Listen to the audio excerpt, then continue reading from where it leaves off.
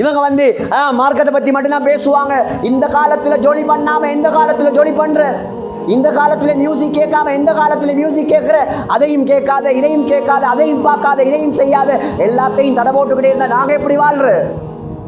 நாங்க சொன்னாதான் அவங்களுக்கு மட்டமா விளங்கும். சினிமால ஆஸ்கார் விருது எடுத்த ஒரு லேடியே சொல்றா, cinema is a area of vulgarity. இது நான் சொல்ற வார்த்தை அல்ல, இது சினிமால ஆஸ்கார் எடுத்த பொம்பளை, ஆஸ்கார் விருது எடுத்த பொம்பளை சொல்றா, சினிமா இருக்குது உலகத்துல ஆக கேவலங்கட்ட கேடுகட்ட ஒரு ஏரியா தான் சினிமா. அவன் பொழுதுபோக்குக்கு செய்றார், அவன் உழைக்கிறதுக்கு செய்யறான், கோடி கோடியா சல்லி உழைக்கிறதுக்கு செய்யறான், அவன் மக்களை ஏமாத்துறான், அதிலே போடுறான்.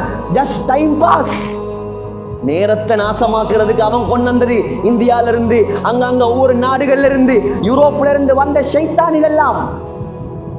அவனுக்கு வாழ்க்கையை இவன்ட வாழ்க்கையா மாத்துறார். திடீர்னு தாடி முகத்துல கேட்டா தலைவர் தாடி வச்சிருக்காராம். அவர் அடுத்த படத்தில் எடுத்தா இவரும் எடுத்துருவார். எங்கட தலைவர் யார்? எங்கட தலைவர் யார்? இந்த வாலிப சமுதாயம் யாரை பின்பற்றணும், யாருக்கு பின்னால போகணும்? இஸ்லாத்தில் எதை விட்டார்கள் ஸல்லல்லாஹு அலைஹி வஸல்லம்? நடப்பதற்கு சொல்லி தரவில்லையா உனக்கு? துப்புவதற்கு சொல்லி தரவில்லையா? பார்ப்பதற்கு சொல்லி தரவில்லையா? சிரிப்பதற்கு சொல்லி தரவில்லையா? முடிவெட்ட சொல்லி தரவில்லையா? சினிமாக்காரனையும் கிரிக்கெட்டர்ஸையும் பார்த்தா நாங்க முடிவெட்டணும், நாங்க முடி வளர்க்கணும். சகோதரர்களே, எங்க போகுது? ஏன் மார்க்கம் தெரியாது, மார்க்கத்தை படிப்பதற்கு ஆசையும் கிடையாது.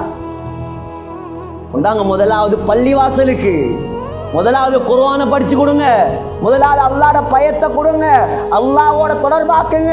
கெட்ட கூட்டாளிமாரை விட்டு பிரிங்க, உலமாக்களோட கூட்டாளிமாரா மாத்துங்க. மார்க்கத்தை தெரிஞ்சவங்களோட கூட்டாளியாக்குங்க உங்களோட பிள்ளைகளை. மார்க்கத்தை எடுத்து நடக்கக்கூடிய மக்கள் சுஹபத்தில் வைங்க, அந்த பிள்ளையும் நல்லவராக மாறுவார். செஞ்சு பாருங்க, 5 பிள்ளைகள் 6 பிள்ளைகள் 4 பிள்ளைகள் 3 பிள்ளைகள் இல்ல, மாஷா அல்லாஹ்.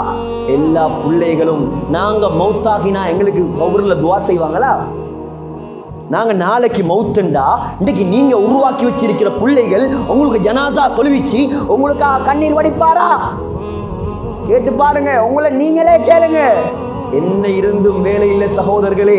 நீங்கள் பெத்து வளர்த்த ஆளாக்கிய பிள்ளைகள் போதும். இந்த ஸ்மார்ட் போன் மாத்திரம் தீனை ஹயாத்தாக்கிய வாலிபன் இந்த போனை ஹயாத்தாக்குற காலம், அந்த போன் ஒன்று போதும் அவன் உலகத்தில் உள்ள எல்லா பாவமும் செய்யறது, எல்லா பாவமும் செய்யறது. எவ்வளவு பெரிய நஷ்டம்.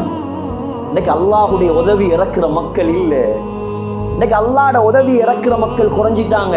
யாராவது மார்க்கத்தை எடுத்து நடந்தாலும் மார்க்கத்தை பேசினாலும் இன்னைக்கு மிம்பர்களும் நவீனமாக மாறி, மிம்பர்லையும் நவீனம் பேசணுமா, மிம்பர்லையும் அந்த டெக்னாலஜி பேசணுமா? இது அல்லாஹ்வுடைய ரசூலுடைய இடம். இது குர்ஆன்ல சொல்லி தரப்படாத டெக்னாலஜியா, ஹதீஸ்ல சொல்லி தரப்படாத விஷயமா?